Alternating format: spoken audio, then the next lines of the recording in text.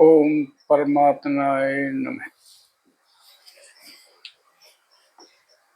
तो दोस्तों, एक बार फिर हाजिर हैं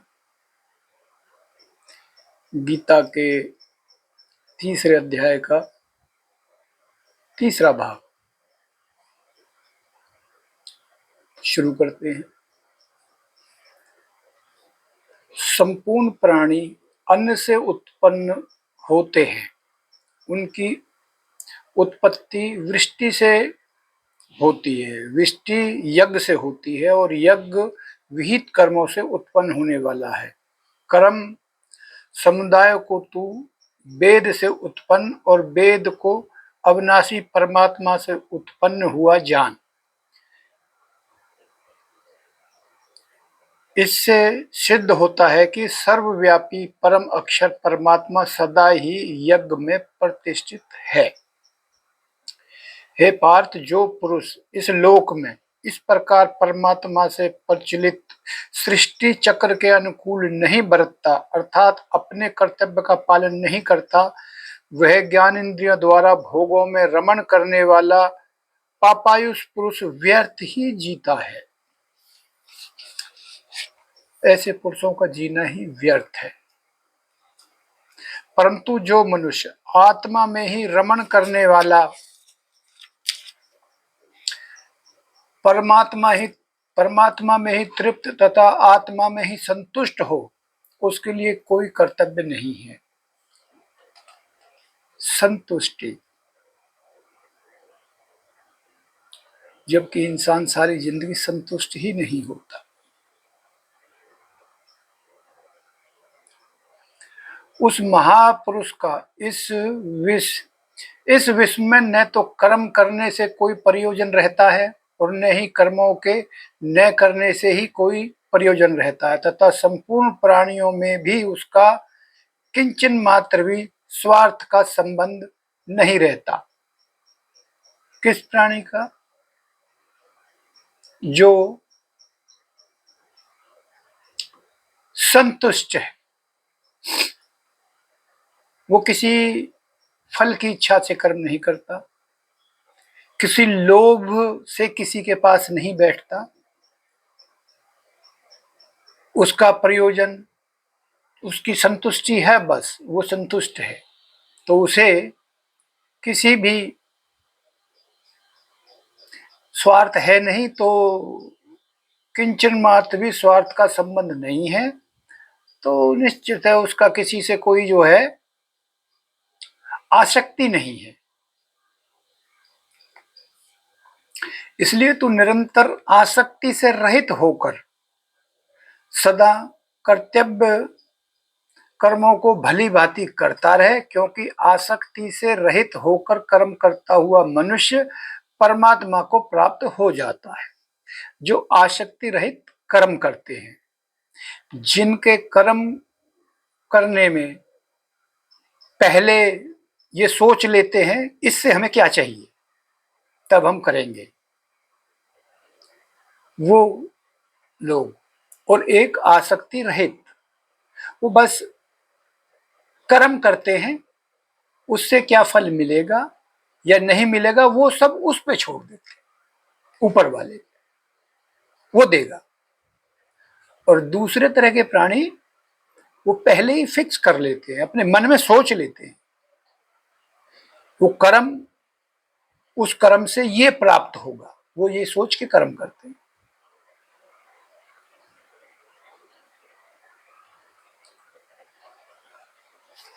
हे से श्रेष्ठ पुरुष, जो जो आचरण करता है अन्य पुरुष भी वैसे वैसे ही आचरण करते हैं। वह जो कुछ प्रमाण कर देता है, समस्त मनुष्य समुदाय उसके अनुसार बरतने लगता है। श्रेष्ठ पुरुष, ज्ञानी पुरुष जो हमसे पहले थे, जो मार्ग बता गए, वो जिन रस्तों पे चले आदमी उसका अनुसरण करता है। तो ये समझिए कि किसे क्या करना है ये कैसे पता चलता है।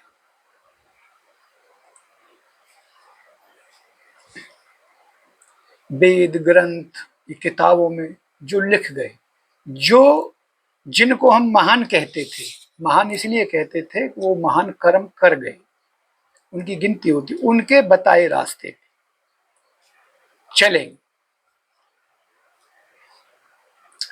हे अर्जुन, मुझे इन तीनों लोकों में न तो कुछ कर्तव्य है और न ही कोई प्राप्त करने योग्य वस्तु अपर्याप्त है, तो भी मैं कर्म में ही बरतता हूं।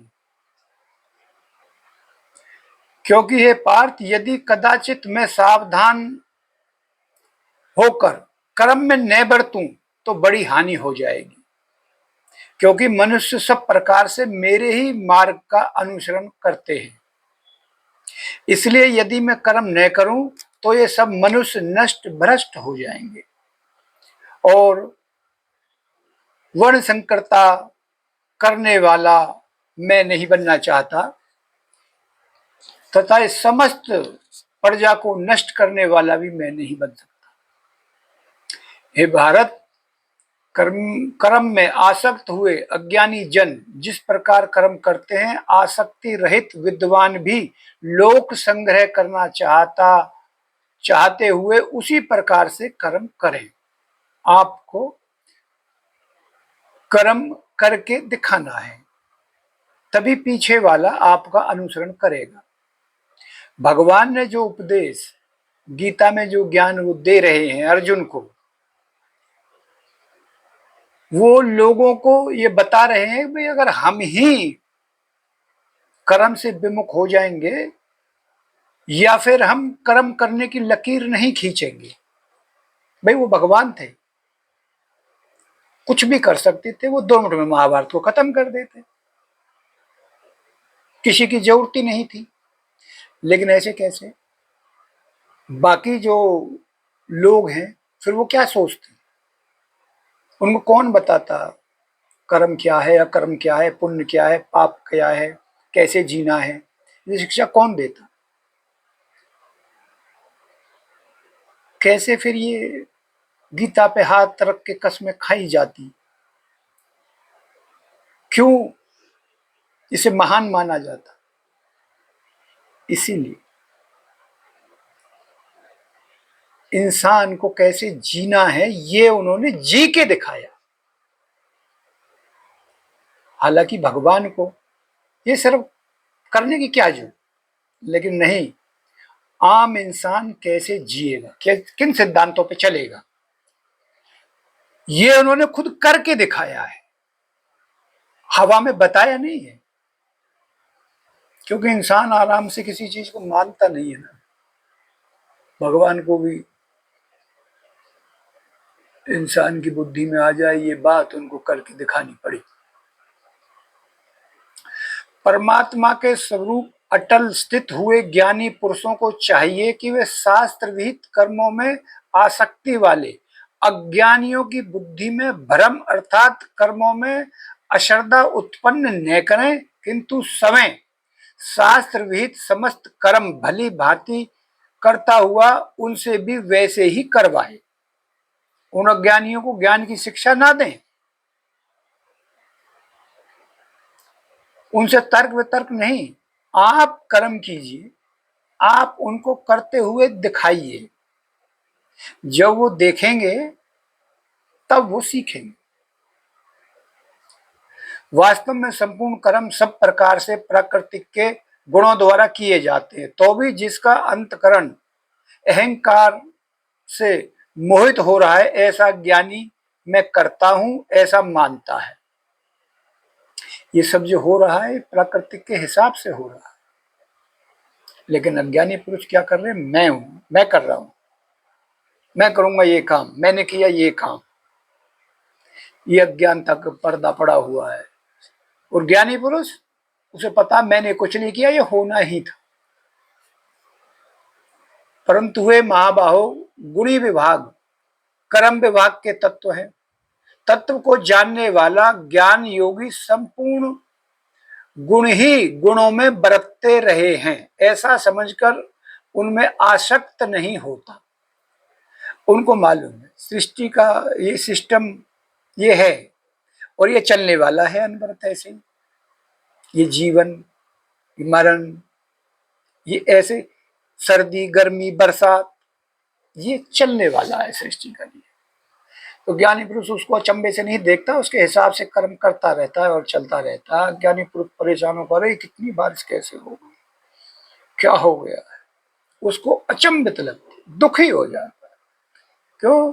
क्योंकि वो सब कुछ ये समझता है ना, मैं करता हूं। प्राकृतिक के गुणों से अत्यंत मोहित हुए मनुष्य गुणों में और कर्मों में आसक्त रहते हैं। उन पूर्णतया न समझने वाले मंद बुद्धि ज्ञानियों को पूर्णतया जानने वाला ज्ञानी विचलित न करे। आप उनको विचलित भी मत कीजिए। मुझ अंतर्यामी परमात्मा में लगे हुए चित्त द्वारा संपूर्ण कर्मों को मुझ में अर्पण करके आशा रहित, ममता रहित और संताप रहित होकर युद्ध कर। जो बता रहे टेंशन ना ले, सब मुझ पे छोड़ दे, ये दिल में बिठा ले। समझ मेरे लिए कर रहा है। आशा रहित, कोई आशा नहीं। ममता रहित, कोई मोह नहीं। संताप रहित, कोई दुख नहीं। ऐसा होके युद्ध करे। जो कोई मनुष्य दोष दृष्टियों से रहित, श्रद्धायुक्त होकर मेरे इस मत का सदा अनुसरण करते हैं, वो भी संपूर्ण कर्मों से छूट जाते हैं। परंतु जो मनुष्य मुझ में दोषारोपण करते हुए मेरे इस मत के अनुसार नहीं चलते, उन मूर्खों को तू संपूर्ण ज्ञान में मोहित और नष्ट भ्रष्ट हुए समझ। उनको तो मरे ही समझ। सभी प्राणी प्राकृतिक को प्राप्त होते हैं, अर्थात अपने स्वभाव के परवश हुए कर्म करते हैं। ज्ञानवान भी अपनी प्रकृति के अनुसार चेष्टा करता है, फिर इसमें किसी का हट क्या करेगा। इंद्रिय इंद्रियों के अर्थ में, अर्थात प्रत्येक इंद्रिय के विषय में राग और द्वेष छिपे हुए हैं। मनुष्यों को उन दोनों के बस में नहीं होना चाहिए, क्योंकि वे दोनों ही इसके कल्याण मार्ग में विघ्न करने वाले महान शत्रु हैं, राग और द्वेष।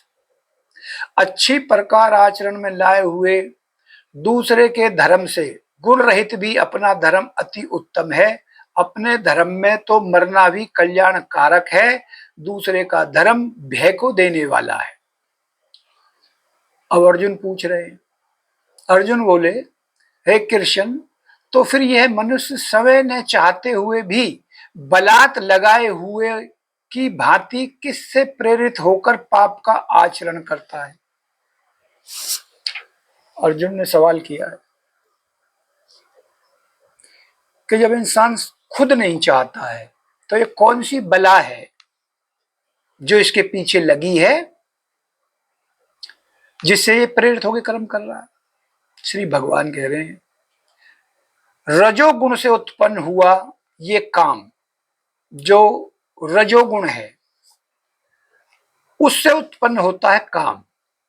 काम से क्रोध, ये बहुत ही खाने वाला, अर्थात भोगों से कभी न अघाने वाला और बड़ा पापी है। ये दोनों गुण जब इंसान पे हावी होते हैं तो वो बस जो है ना उसी में लगा रहता है, कभी उसका पेट भरने वाला है नहीं, भोगों में ही लगा रहता। इसको ही तू इस विषय में बैरी जान। ये दो चीज इंसान के दुश्मन है, यही आपको खड्डे में ले जाएंगे, यही आपके दुखों के कारण बनेंगे। ये जाने आपको जन क्या क्या मुसीबतों में डालेंगे, क्रोध और काम। इन दो चीजों पे भी हम अगर थोड़ा थोड़ा कंट्रोल करना शुरू करें तो हमारे जीवन में बहुत सुधार हो सकते हैं। ये हमारे वो दुश्मन है जो हमारे अंदर ही बैठे हैं। जिस प्रकार धुएं से अग्नि और मैल से दर्पण ढक जाता है, उसी प्रकार जैसे गर्भ जेर से ढका रहता है, वैसे ही उसके काम के द्वारा ये ज्ञान ढका रहता है। सब इंसान की बुद्धि, सबको ज्ञान है, सबके अंदर है बराबर, कंजूसी कहीं नहीं। लेकिन उसके बाहर ये दो चीजें हैं, इनको जब आप बस में करना शुरू करोगे तो ज्ञान से पर्दा हटना शुरू होगा, और जब ज्ञान से पर्दा हटना शुरू होगा तो फिर आप स्वयं कुछ कहने की जरूरत नहीं। हे अर्जुन, इस अग्नि के समान कभी न पूर्ण होने वाले काम रूप ज्ञानियों के नित्य बैरी के द्वारा मनुष्य का ज्ञान ढका हुआ है। इंद्रियां, मन और बुद्धि, ये सब इसके वास स्थान कहे जाते हैं। ये कहाँ रहते हैं? इंद्रियां, मन और बुद्धि, ये इनके निवास स्थान। बुद्धि और इंद्रियों के द्वारा ही ज्ञान को इच्छादित करके जीवात्मा को मोहित करता है। बुद्धि और इंद्री, ये जीवात्मा को मोहित करता है, ललचाता है। किसी चीज के प्रति हमारा लालच होता है, किसी भी के प्रति, बस उसके पीछे लग जाते। कौन लगा रहा है? काम। ज्ञान कहाँ है? पर्दा डाल दिया। अब ज्ञान काम नहीं करेगा, काम काम करेगा। वो उसके मोह में आ गए आप। चलिए, इसलिए है अर्जुन, तू पहले इंद्रियों को बस में करके इस ज्ञान और विज्ञान का नाश करने वाले महान पापी काम को अवश्य ही बलपूर्वक मार डाल। मार डालने का मतलब है कि इसके झांसे में मत आ, इसको पूर्ण कंट्रोल कर, समझ। काम हावी होगा तो ज्ञान नहीं। इंद्रियों के स्थूल शरीर से, यानी श्रेष्ठ, बलवान और सूक्ष्म कहते हैं इन ज्ञान इंद्रियों पर मन है, मन पर बुद्धि, और बुद्धि से भी अत्यंत पर है आत्मा। पर माने ऊपर, इसके साथ जोड़े गए।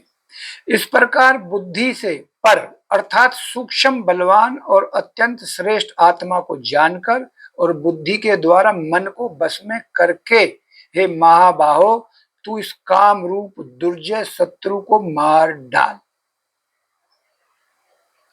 ये हमारा तीसरा अध्याय समाप्त हुआ है